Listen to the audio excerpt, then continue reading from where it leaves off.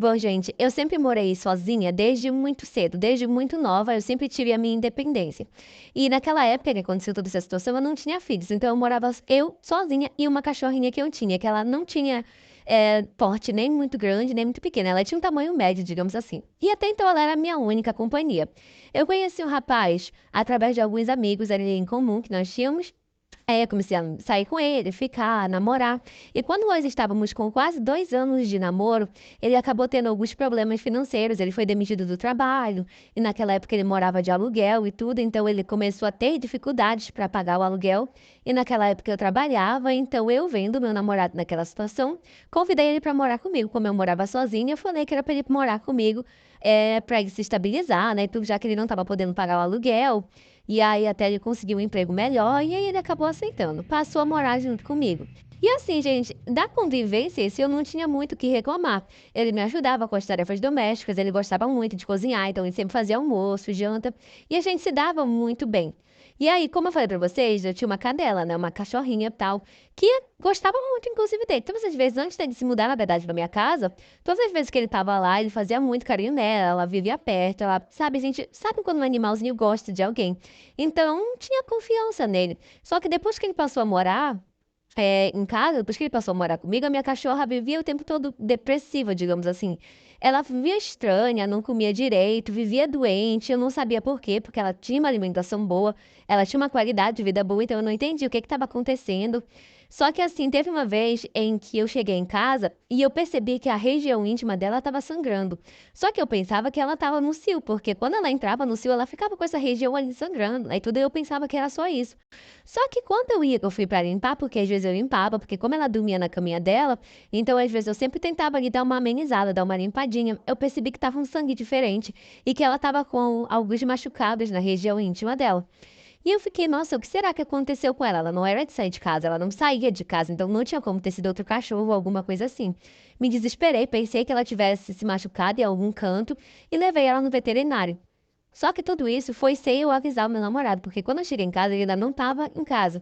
E quando eu percebi tudo, e eu só deixei uma mensagem para ele falando que eu ia levar ela no veterinário e tal, só deixei essa mensagem. E aí eu acho que ele demorou para ver, porque demorou muito para me responder. Quando eu cheguei lá no veterinário, gente, na hora que ele bateu o olho, ele já estranhou, já percebeu uma expressão diferente no rosto dele.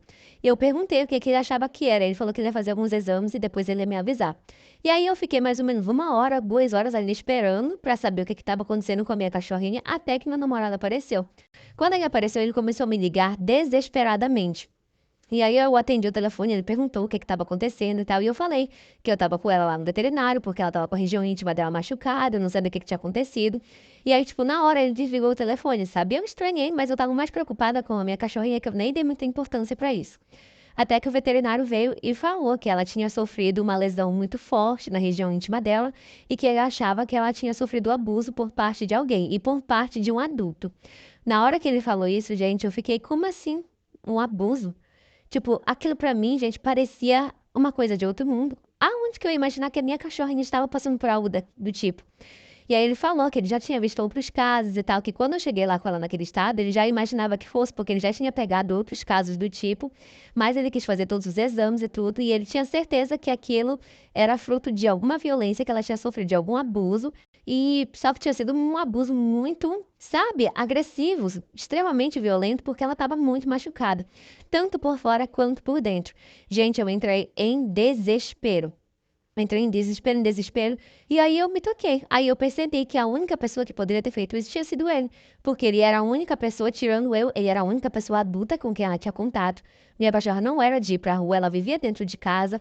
E como eu me toquei, né, na atitude que ele tomou de me ligar desesperadamente, de desligar o telefone, eu já entendi o que tinha sido ele que tinha feito. Gente, eu falei pro veterinário dar todos os cuidados que ela precisava, porque eu precisava ir na minha casa resolver essa situação.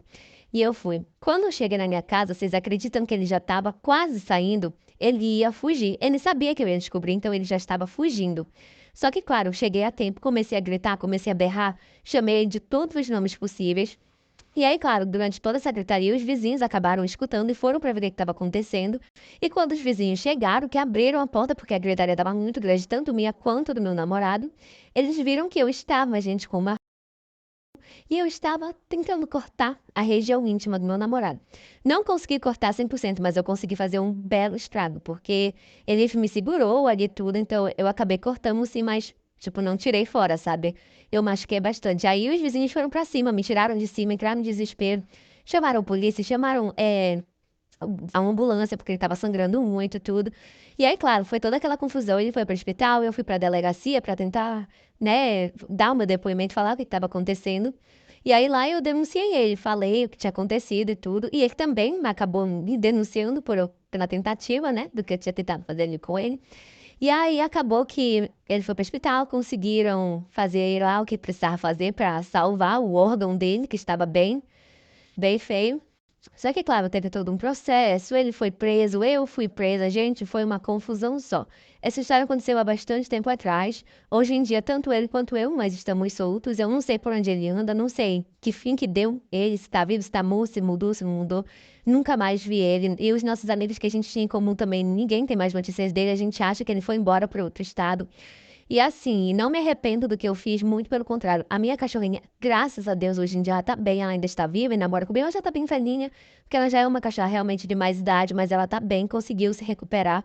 E assim, todas as vezes que eu lembro dessa situação, me bate tanta raiva, me bate tanto ódio, porque eu fico, como é que a pessoa teve coragem de fazer isso com um animal? Sabe? E eu só espero que o que eu fiz com ele também possa ter servido de lição para que ele nunca mais fizesse nada do tipo. Gente, e ele devia ter, dar graças a Deus e agradecer aos vizinhos que chegaram a tempo, porque se eles não tivessem chegado a tempo, eu nem sei o que eu teria feito. Não, na verdade eu sei sim. Ele estaria morto a essa hora.